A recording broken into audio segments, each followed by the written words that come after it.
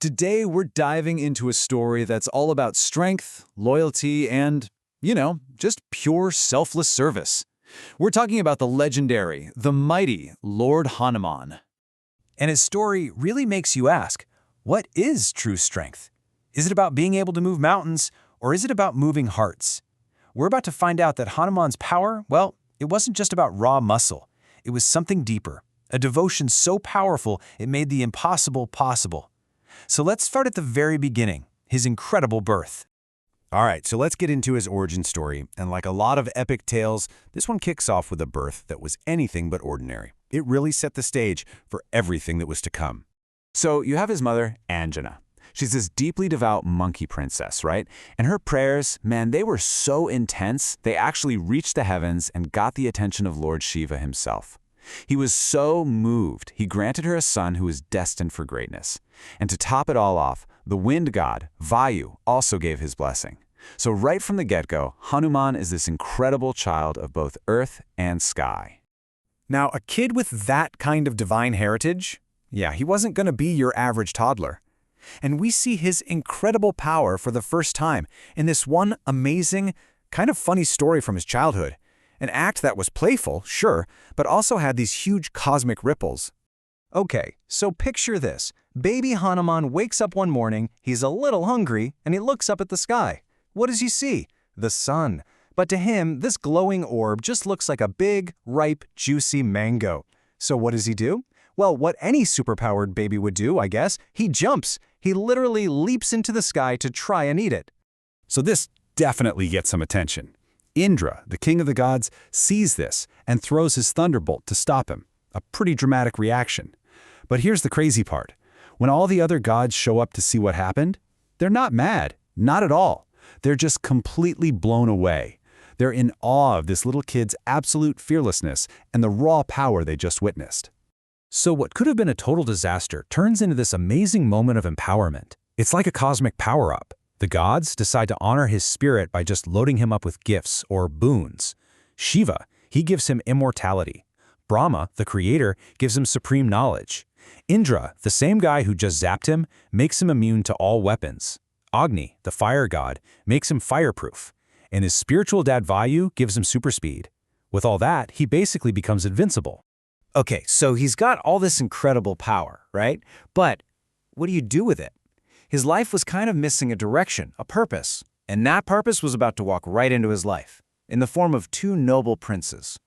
So one day, Hanuman's just doing his thing in the forest when he meets Lord Rama and his brother Lakshmana. And the second he sees Rama, bam, everything just clicks into place.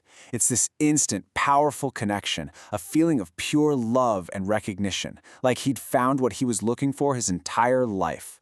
Without a moment's hesitation, he just falls at Rama's feet and pledges everything to him. He says, "O Lord Rama, I am your humble servant. My life, my strength, and my everything belong to you." And that's it. That's the turning point.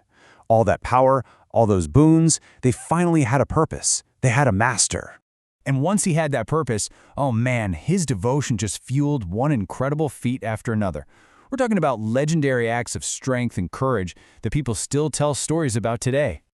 So here's the situation. Rama's wife Sita has been kidnapped by the demon king Ravana. And the very first mission to get her back, it was huge. Absolutely monumental. It all came down to one single, gigantic leap. A leap across an entire ocean. He had to get from the mainland all the way to the island kingdom of Lanka. So, chanting Rama's name for strength, Hanuman just grows to this massive size and launches himself into the air, flying across hundreds of miles of open water in one single bound. Can you even imagine? And his mission in Lanka? It was like something out of a spy thriller, just executed perfectly. Step 1, find Sita and give her Rama's message of hope. Check. Step 2, get captured. Wait, what?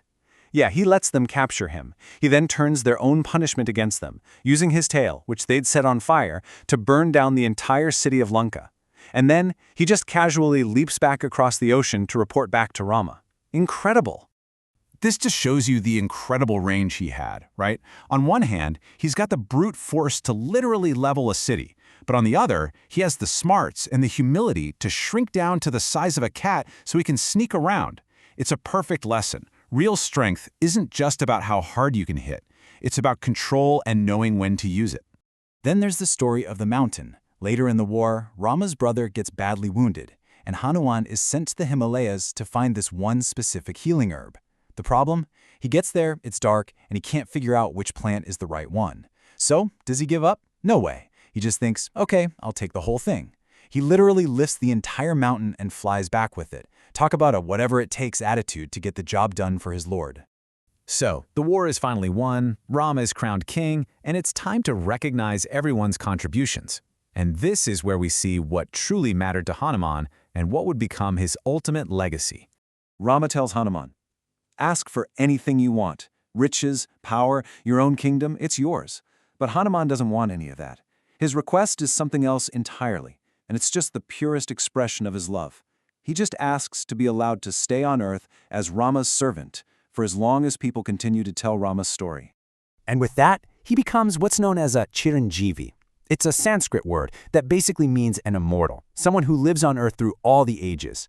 His own life, his very existence, became forever tied to the story of his Lord. And that's really why his story is still so powerful today.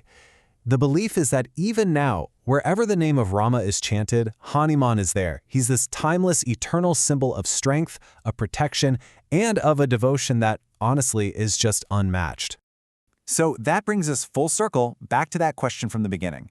Hanuman's story really shows us that true strength isn't just about what you can do for yourself, it's about channeling that power into serving something bigger than you. His life wasn't really about moving mountains, even though he did that. It was about moving his heart to serve another. And that leaves me with one final thought for you to chew on. What kind of impossible feats could we pull off if we found a purpose that was greater than ourselves?